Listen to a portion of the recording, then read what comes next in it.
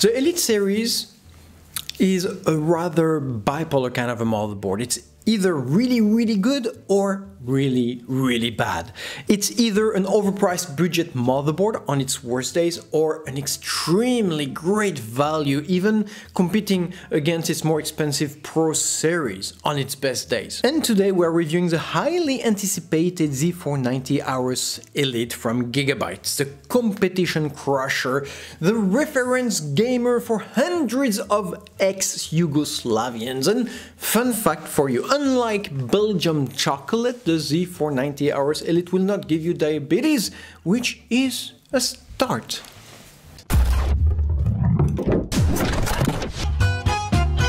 So AORUS is Gigabyte's gamers branding. It's a series of boards designed to please the very secret desires of all gamers.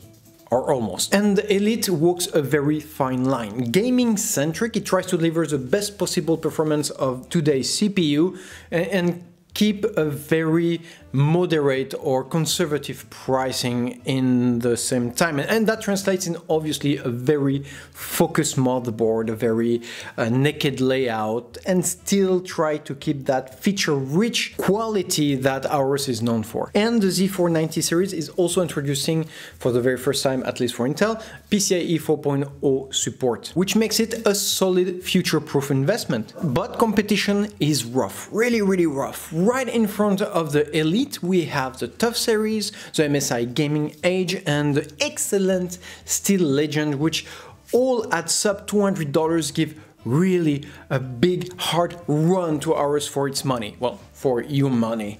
Actually. Now, starting with the obvious. Our AORUS Z490 Elite comes with a 6-layered ATX PCB, 2 more layers than its predecessor, giving this board a better signal isolation and the ability of safely handling PCIe 4.0 bandwidth level, as well as a better VRM heat dissipation. It is powered by the brand new LGA 1200 socket, which can only support 10th and 11th generation of Intel Core CPUs, and note that the PCIe 4.0 ability of this motherboard will only be unlocked with the incoming 11th generation of Intel Core processors, meaning that with the current 10th generation processors, you will only be experiencing this board on a PCIe 3.0 bandwidth. And just to give some context, PCIe 4.0 level bandwidth gives double the available bandwidth of the PCIe 3.0 standard. So it does have a definite impact on the performances of some of the components on your board. But since we're dealing with an LGA 1200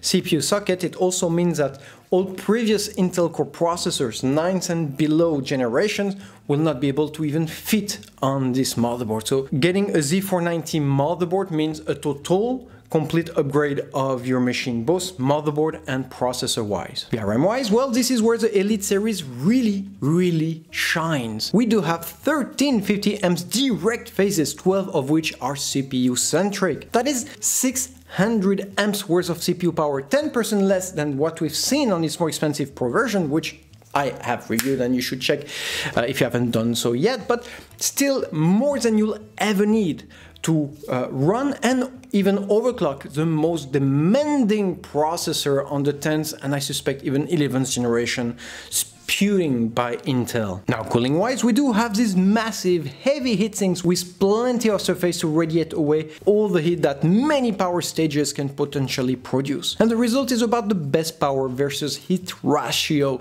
of the sub $200 motherboard. The AORUS Z490 Elite VRM managed to stay at about 60 degrees Celsius, running and stressing a very respectfully overclocked 4.9 GHz 10-core Intel processor. Now, compared to its competition, it's about the best you can get. In short, you're dealing with a very performance-centric gamer and a very durable one in the same time. So right here, right there, engineering-wise, big kudos to AORUS for this. RAM-wise, our board can support up to 128 GB of DDR4 RAM, overclockable up to an indecent 4.8 GHz. But do keep in mind that these are single sticks speeds, meaning that you won't get much higher than 3.6 GHz if you populate all of your RAM slots. So, but still, 3.6 is extremely fast, especially dealing with 128GB of DDR4 RAM. And all and for all, after testing all of the RAM models I have in my studio, and I do have a lot, the motherboard had no problem in pushing the RAM sticks to the natural limit,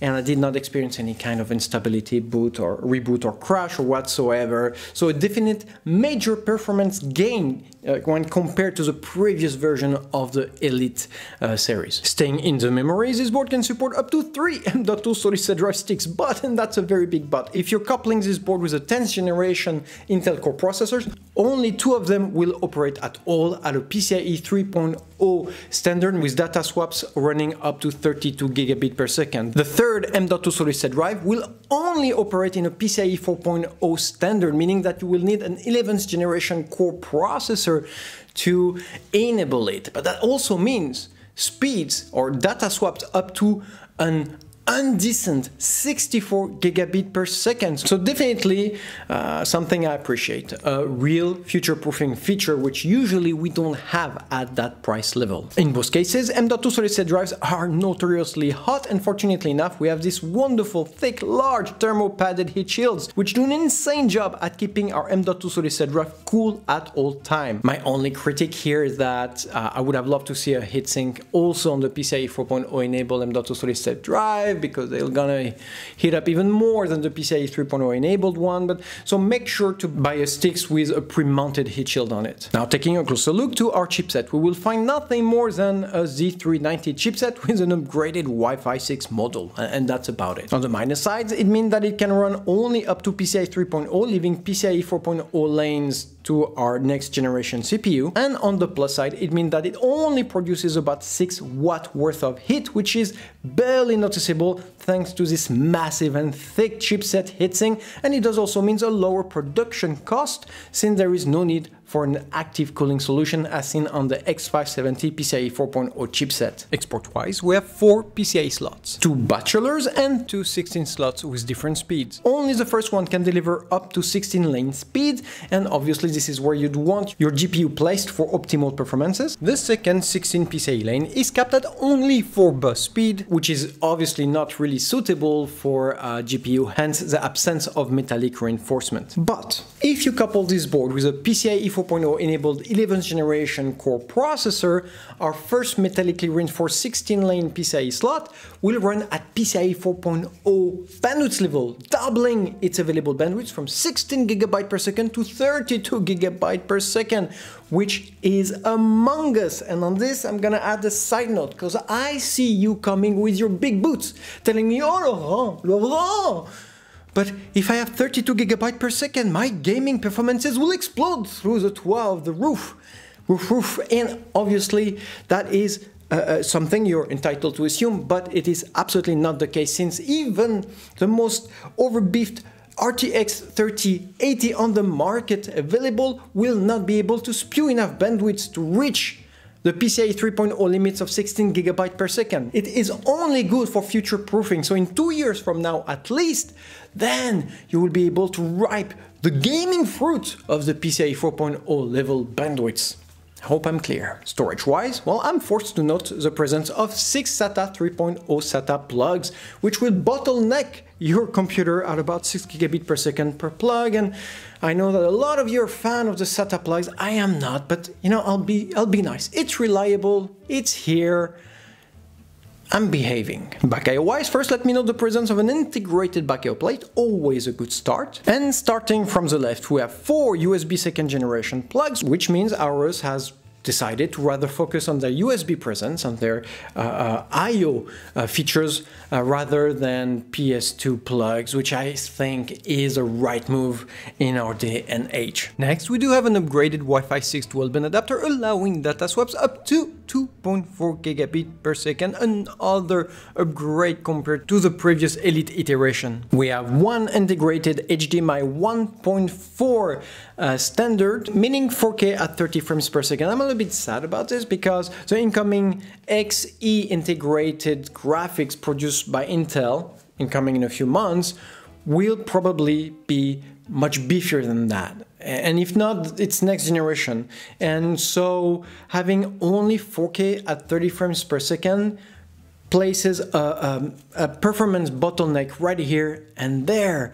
And so I would have loved to see something like HDMI 2.1, which AMD has already adopted on all their B550 powered motherboards. So yeah, definitely something that AORUS should be thinking of and definitely increase on their next iteration of the Elite. Next, we do have 4 third generation 5 gigabit plugs, 2 3.2 10 gigabit USB plugs, but I do regret the absence of a Type-C. It wouldn't have cost a lot more to AORUS to add it here, but it does bring a lot of options and compatibility features to gamers out there. So definitely something I'd like AORUS to add on the next iteration of the Elite as well. Next, we have our surge protected 2.5 gigabit LAN, which is a sizable upgrade compared to the previous generations of Elite boards, which were only featuring 1 gigabit LAN. So it's twice and a half faster and a definite bubble of fresh air, because we've been stuck at 1 gigabit LAN for 10 years at least. So, and finally, our rather excellent ALC 1200 Realtek audio codec, which takes full advantage of our 6 PCB layers, since both left and right audio channel have been traced on dedicated PCB sheets, giving it a better isolation and less likely to be interfered with static noise, which is especially important if you're living in non-grounded houses as mine. But most importantly, I want you to note the presence of Wimma capacitors, which are simply the very best you can hope for in the audio industry today. And not all boards have it, because for one, it is an expensive feature which really guarantees us studio level audio, both in recording and in playing, especially in the purity of the bass. And it also reinforces that static protection, that isolation I was talking about. And so every time you will see a motherboard with those big flashy red caps, you absolutely know this is a quality product. So a big audio kudos to AORUS for this. Now, logically moving to the board IOs, we start with the usual 2 second generation USB front panel connectors, perfect for monitoring, a single 3.25 gigabit per second front panel connector, which is really the bare minimum, and a 10 gigabit Type-C front panel connector. Finally, AORUS gets it.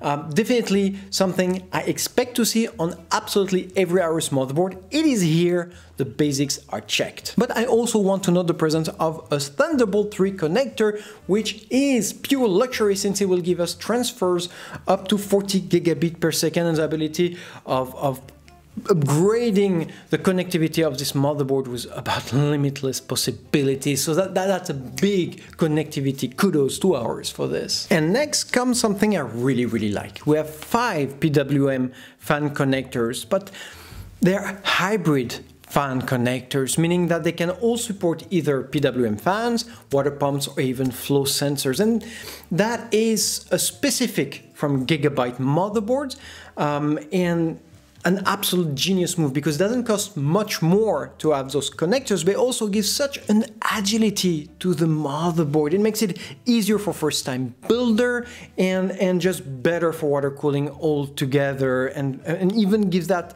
enthusiast edge compared to its competition. Something that I would love to see on all motherboards on the market, but which is, again, right now just on Gigabyte motherboard. It really gives them that how to say, upgradability edge or enthusiastability edge. So a gigantic PWM hybrid fan connectors. Kudos to AORUS for this. Now, troubleshooting wise, the board does feature an easy debugger, which will guide us in case of failed boot. And given that it is a budget motherboard, I did not expect much more, but I was delighted to see a Q-Flash button soldered right on our board, a great feature which will allow us an easy BIOS update and recovery. Finally, this would not be a self-respected motherboard without the testosterone charge, the facial hair virality of RGB connectors and strips all over it. It would not be, starting with a single RGB strip under our IO roofing, and no less than 4 additional RGB Fusion 2.0 connectors,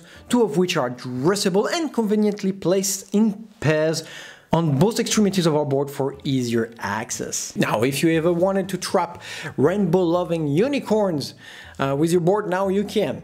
In conclusion, the Z490 AORUS Elite will cost you about $190 before taxes. And the first thing we need to get at right off the way is the fact that this is a PCIe 4.0 motherboard right now running on a PCIe 3.0 only processor. So if you are already running a Z390 powered motherboard with a 9th generation Intel Core processor, I am not sure there is enough incentive feature-wise and performance-wise to upgrade both motherboard or to motivate the upgrade of both a motherboard and a processor. So if you're there, I would maybe wait another year and the 11th generation of Intel Core processor, which will enable the PCIe 4.0 abilities of this motherboard. Then yes, it will absolutely worth it. Now, this said, if you're a first-time builder or upgrading from a much older system, the Z490 AORUS Elite is about the best sub $200 gamer board you can buy today. First and foremost, it's VRM. This is a beautiful, efficient power delivery which will undoubtedly bring any CPU to its natural limit and beyond. These 12 direct faces for that price, it is absolute and this still pure luxury. I mean, it did get a little hotter than a motherboard such as the ROG Strix, which is more expensive, but